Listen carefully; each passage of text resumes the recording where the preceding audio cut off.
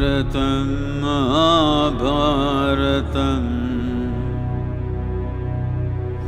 धर्म अधर्म संघर्षणम्।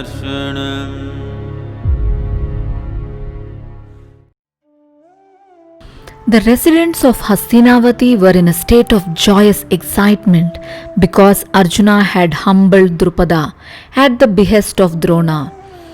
Bhishma, Drona, Vidura and others were very happy at Arjuna's triumph over Drupada. They praised the Pandavas as the lights of the Kuru race. The ministers, soldiers and the people for all praise for the righteousness and valor of the Pandavas. All the 5 Pandavas were rich in virtues. They were deferential towards elders. They cared for the people. They were united by strong bonds of love.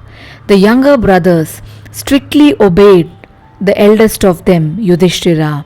He was exceedingly devoted to righteousness and was well versed in ethics. He had cordial relations with everyone. He was no one's enemy. He never lost his temper.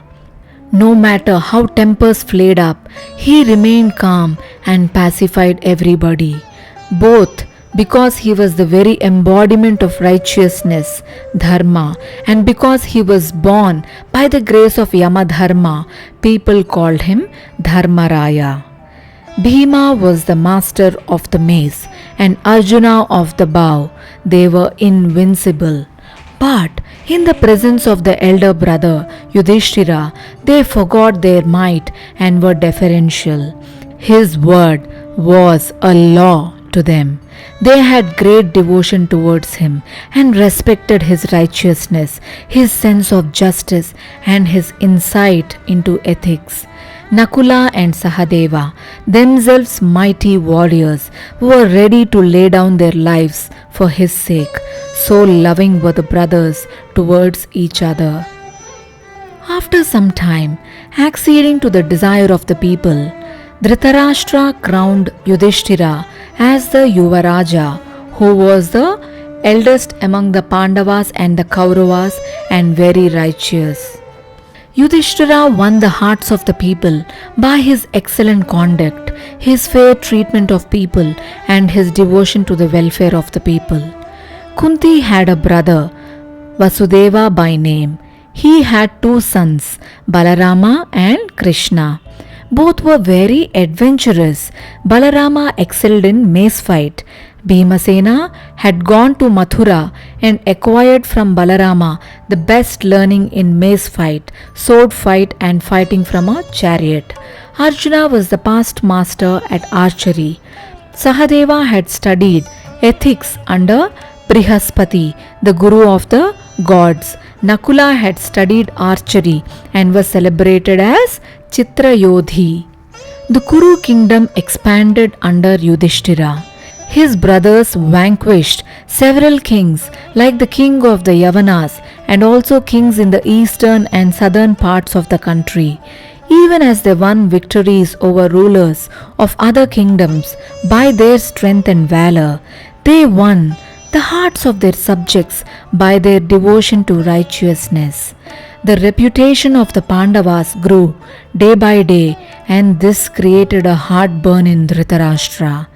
If they flourish in this manner, what will be the fate of my own sons? So he brooded. But he was restless because he could not share his fears with anyone. The Pandavas were dear to Bhishma, Drona, Vidura and other elders. They were pleased with the adventurous spirit, the devotion to duty and the ability of the Pandavas. How could Dhritarashtra expose to them his burning jealousy? Just at this time, Duryodhana came to him. The events of the past few years had bewildered him. He knew that although Karna had augmented his strength, the Pandavas were still stronger than he. The humiliation he and his brothers had suffered at the hands of Drupada had been tormenting him. That the same Drupada had been humbled by the Pandavas was a crippling blow to his self-esteem. The valor of the Pandavas, their bonds of affection and their popularity aggravated his hatred.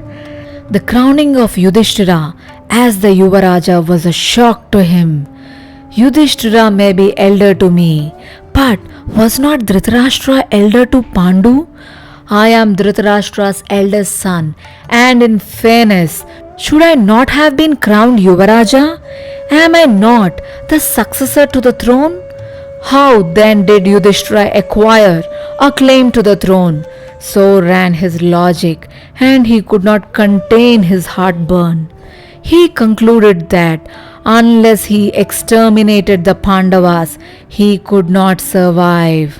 He thought that he should first convert his father to his line of thinking. That was what brought him to Dhritarashtra. Duryodhana said, "Father, have you been hearing the panegyric of the Pandavas? Go to the marketplace, go to the cow pen, go to the army. Everywhere people are singing the praises of the Pandavas. Even the women in queen's apartments are eulogizing the prowess of the Pandavas. It is the same thing in our palace too, beginning with Bhishma and Vidura. Everyone speaks of the Pandavas as the redeemers of the Kuru dynasty. All this talk drives me mad. No one cares for us. I, who should have been enthroned sovereign of the Kuru race, cannot bear this any longer." Dhritarashtra replied, "My child Duryodhana, I can understand your distress, but I am helpless. If you have a plan to change things, tell me and I will follow it." Duryodhana said, "Dispatch the Pandavas to some remote corner. We can then breathe freely. For the present, send them to Varanavata." Dhritarashtra agreed. After some days, Dhritarashtra sent for Yudhishthira. Smilingly, he said, "My child, you do not spare yourself in carrying on the administration.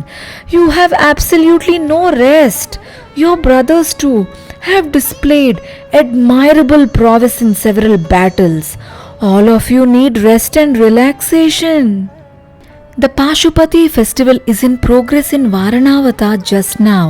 Go there and participate in the festivities. It is a lovely city. Stay there for a while and enjoy yourselves." Yudhishthira was surprised. Never before had Dhritarashtra displayed any concern for the welfare of the Pandavas. Yudhishthira felt that there was some deception behind the words of his uncle, but he could not argue with an elder. So he said, "So be it, Maharaja.